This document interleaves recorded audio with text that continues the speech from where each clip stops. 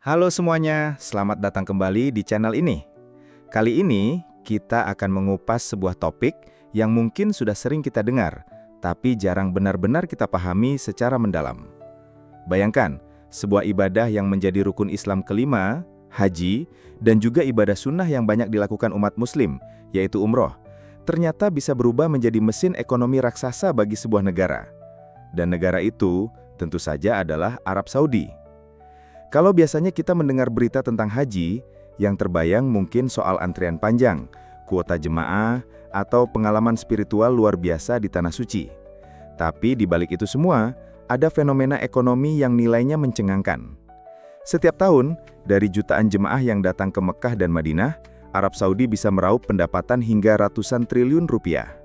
Angkanya bukan main-main, bahkan sudah menjadi salah satu pilar utama ekonomi non-minyak mereka. Pertanyaannya, bagaimana Arab Saudi bisa mengelola potensi ini?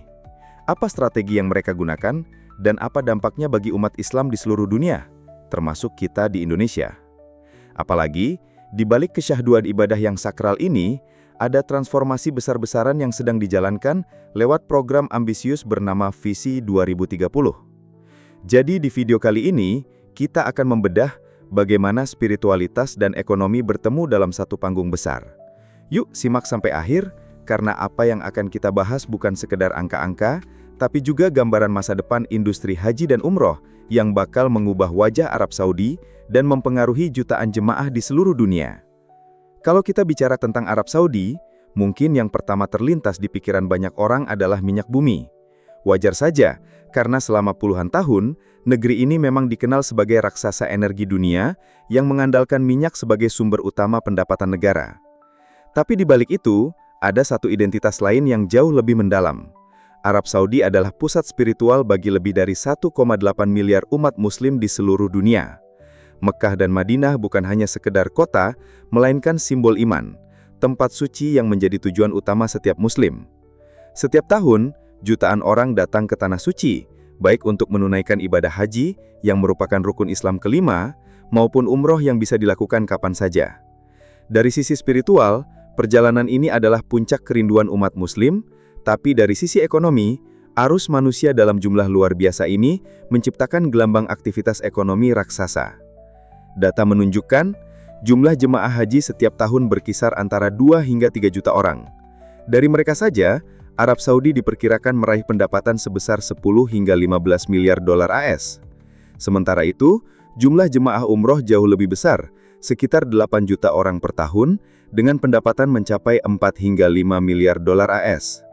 Jika digabungkan, totalnya mencapai sekitar 248,2 triliun rupiah per tahun.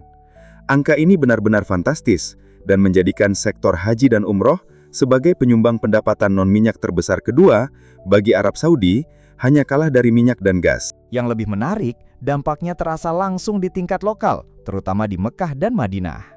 Diperkirakan sekitar 25 hingga 30% pendapatan sektor swasta di dua kota suci ini berasal dari aktivitas ekonomi jamaah, mulai dari perhotelan, transportasi, retail, hingga catering. Jadi, ibadah yang berangkat dari keimanan ini sekaligus menjadi mesin ekonomi yang sangat vital bagi kerajaan. Arab Saudi menyadari satu hal penting, ketergantungan pada minyak bumi tidak bisa berlangsung selamanya. Cadangan minyak memang besar, tetapi harga minyak dunia sangat fluktuatif dan tidak bisa dijadikan sumber pemasukan jangka panjang. Dari situlah lahir sebuah langkah besar bernama Visi 2030, sebuah cetak biru transformasi ekonomi, sosial dan budaya yang digagas langsung oleh putra mahkota Mohammed bin Salman alias MBS. Visi ini memiliki tujuan utama, membuat Arab Saudi mandiri dari minyak, membuka sumber-sumber pendapatan baru, sekaligus meningkatkan peran kerajaan di panggung global. Dan salah satu pilar terkuat yang dijadikan fokus adalah sektor haji dan umroh. Mengapa? Karena jumlah jamaah muslim yang ingin berkunjung ke Tanah Suci akan terus meningkat seiring pertumbuhan populasi dunia Islam. Dalam rencana Visi 2030, pemerintah menargetkan jumlah jamaah umroh meningkat dari 8 juta menjadi 30 juta orang per tahun pada 2030. Bayangkan, dari angka itu saja, potensi pendapatan bisa melonjak berkali lipat. Untuk mencapai target besar ini, Arab Saudi menggelontorkan investasi raksasa, mulai dari perluasan Masjidil Haram, pembangunan bandara internasional baru di Jeddah, jalur kereta cepat Haramain yang menghubungkan Mekah, Madinah, dan Jeddah, hingga pembangunan hotel-hotel mewah bertaraf internasional. Bukan hanya itu, teknologi juga ikut dimanfaatkan. Sistem e-visa dibuat agar proses perizinan lebih cepat, sementara berbagai aplikasi digital diluncurkan untuk mempermudah jamaah dalam urusan transportasi, akomodasi, hingga layanan kesehatan. Semua ini menunjukkan bahwa visi 2030 tidak hanya bicara soal ekonomi, tapi juga kenyamanan dan pengalaman spiritual jamaah. Dengan begitu, Arab Saudi berharap dapat menjaga keseimbangan antara tanggung jawab keagamaan dan ambisi ekonomi, menjadikan haji dan umroh bukan sekadar ibadah, tapi juga motor penggerak masa depan negeri. Untuk mewujudkan target besar dalam visi 2030, Arab Saudi tidak main-main dalam menyiapkan infrastruktur dan layanan bagi jamaah haji maupun umroh. Mereka sadar, tidak cukup hanya menambah kuota jamaah tanpa memastikan kenyamanan, keamanan, dan kelancaran setiap perjalanan ibadah. Karena itu, investasi triliunan dolar digelontorkan untuk mengubah wajah kota suci Mekah dan Madinah menjadi pusat pelayanan modern berstandar dunia. Salah satu proyek paling mencolok adalah perluasan Masjidil Haram yang terus berlangsung. Area tawaf di sekitar Ka'bah diperluas, lantai tambahan dibangun, dan sistem pendingin raksasa dipasang agar jamaah tetap nyaman meski suhu bisa menembus 45 derajat Celcius. Di Madinah, Masjid Nabawi juga mendapat perluasan dengan konsep modern, termasuk kanopi raksasa yang bisa melindungi ribuan jamaah dari teriknya matahari. Tak kalah penting, sektor transportasi juga ditingkatkan. Kereta cepat Haramain kini mampu menghubungkan Mekah, Madinah, dan Jeddah hanya dalam hitungan jam. Bandara Internasional King Abdul Aziz di Jeddah juga diperluas, dilengkapi terminal khusus haji dan umroh untuk menampung jutaan kedatangan setiap tahun. Selain itu, Arab Saudi gencar membangun akomodasi baru, mulai dari hotel bintang 5 hingga apartemen terjangkau. Tujuannya jelas, agar jamaah dengan berbagai latar belakang ekonomi bisa memilih tempat menginap sesuai kebutuhan. Sistem transportasi bus modern pun disiapkan untuk memudahkan pergerakan jamaah selama rangkaian ibadah, terutama saat menuju Arafah, Mina, dan Muzdalifah. Tidak ketinggalan, layanan berbasis digital ikut diperkuat. Aplikasi resmi diluncurkan untuk membantu jamaah memesan hotel, mencari transportasi, hingga mengakses layanan darurat. Semua ini dilakukan untuk menciptakan pengalaman beribadah yang lebih lancar, tertata, dan aman. Dengan langkah besar ini, Arab Saudi ingin menunjukkan bahwa mereka serius bukan hanya menjaga kesucian tanah haram, tapi juga membangun ekosistem ibadah modern yang mampu menampung puluhan juta jamaah di masa depan.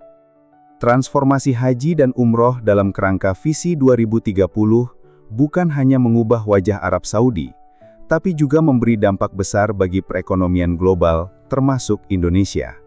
Setiap tahun, jutaan jamaah dari seluruh dunia datang ke Tanah Suci. Arus manusia dalam jumlah masif ini menciptakan efek domino pada berbagai sektor, transportasi, pariwisata, perdagangan, hingga industri perbankan syariah. Secara global, sektor haji dan umroh diperkirakan akan menjadi salah satu industri perjalanan keagamaan terbesar di dunia.